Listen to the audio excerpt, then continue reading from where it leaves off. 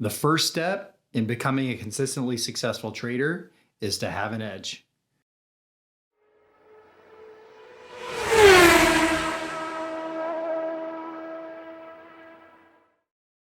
Hey traders, this is Taylor with the Trader's Brain, and today we're going to talk about edge, and specifically my edge.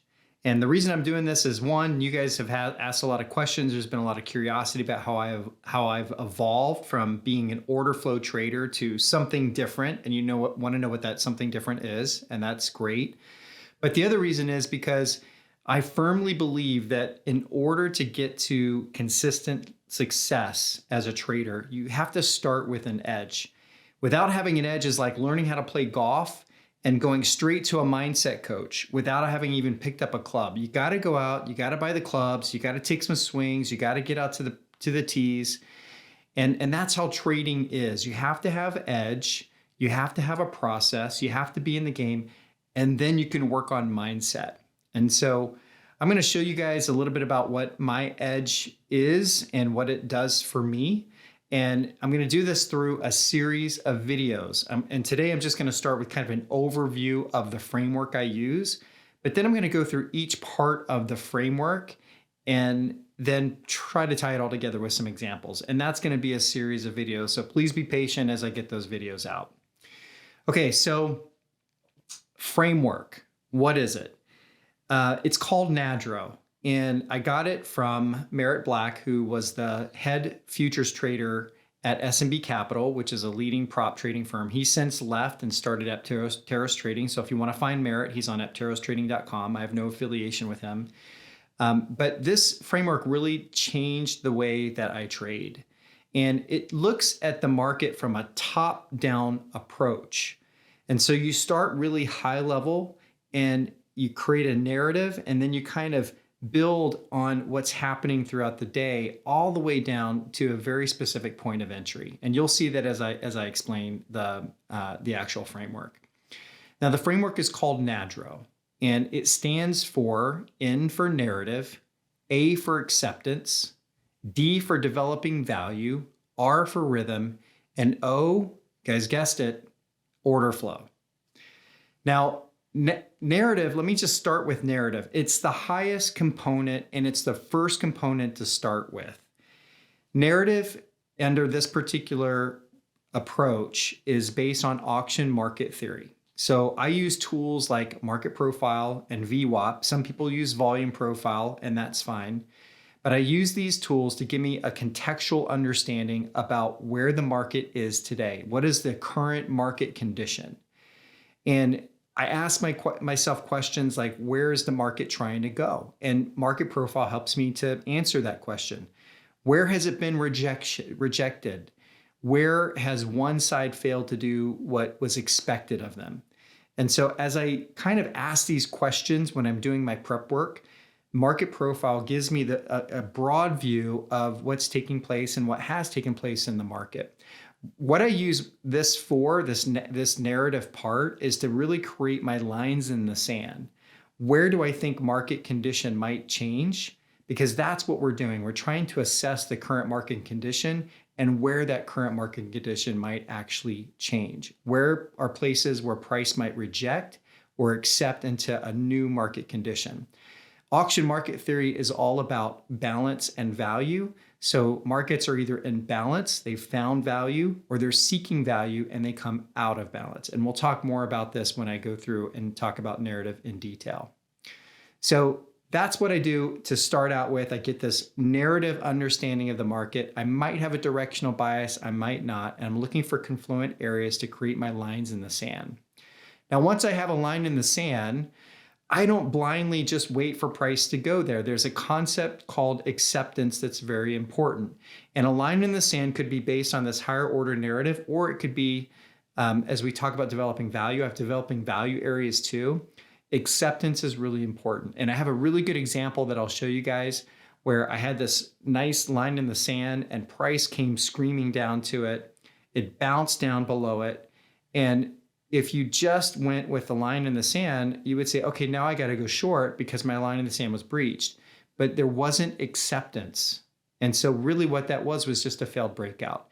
And that's what acceptance helps me to find, is these potentially false breakouts and real breakouts. I'm looking for areas where a line in the sand gets crossed and where it's either validated or invalidated. Distance and time help us to understand whether something is being accepted, and I'll explain those concepts in detail later. All right, developing value, D of NADRO. Developing value is an intraday framework. So within my broader narrative, there's things that are happening throughout the day. The market is moving. It's moving either toward a particular hypothesis that I have, or it's moving sideways. Developing value helps me to understand during the intraday whether we're imbalanced and we're kind of moving towards something, or whether we're just balanced and rotational. And so there's a couple of different tools. There's VWAP that's very helpful for developing value, and also some other tools that I've been using that are a little bit different from where Merritt's at. And they help me to just stay on the right side. Now, ideally, when I'm looking at developing value, I want to make sure that that value is aligned to my overall narrative. If I have a strong bull bias, right, and I'm above a line in the sand, I want developing value showing me options for taking long trades, right? And so that's kind of how I use developing value, and I'll explain that again a little bit more later. But just understand that this part of it is understanding what's happening intraday in the market around your overall narrative. Okay, rhythm. Rhythm is a little bit more of an ambiguous aspect under NADRO. I've codified it a little bit more. Originally, when we started talking about rhythm, or when I started learning about rhythm, it was, hey, the market goes up 50 points, it might come down 10 points or 20 points, then it goes up and then it comes down 20. And so like you want to identify these movements, the cadence of the ebb and flow. And the problem that I ran into is that, sometimes that cadence was really shallow, sometimes it was really deep. It was really hard for me to just kind of map out and kind of eyeball it. And so I now use RSI, believe it or not, to help me understand rhythm a little bit better and to really time locations and the ebbs and flows that I'm looking for in an intraday framework around my particular hypothesis. So I'll show you how I use RSI in that context. Okay, the last thing is order flow. And order flow, I use cumulative delta, footprint charts, and something else. A couple weeks ago, obviously when I started to re-engage on the channel, I went back and looked at some of my old charts, and or some of my old videos, and I was like, why did I stop using Auction Vista? I loved Auction Vista. Auction Vista was one of my favorite tools that I ever found trading. And so I pulled it back up, and I've been using it for the past week or so, and it's actually really, really cool, integrated with this overall process. So I'm going to go back and actually say I am using Jigsaw tools again. I'm not quite sure how I'm going to use Auction Vista, as part of the framework, but I am watching it. I'm using it on a small degree now. But really I focus on footprint charts to help time my entries. So just think of it this way. My narrative gives me this big, broad view of what's happening in the market and my lines in the sand. And what I'm looking for is developing value that's produced during the day such a way that my hypothesis is beginning to play out. The rhythm helps me to time about where I want to get in relative to that overall hypothesis, but specific where I want to get in, that's how I use order flow and footprint charts specifically. I have very specific patterns on footprint charts, and I'll show you what those patterns are. And they help me time my entries so that my max loss is typically about 3 points on the ES. When I do trade oil, which hasn't been recently, it's between 16 and 20 ticks.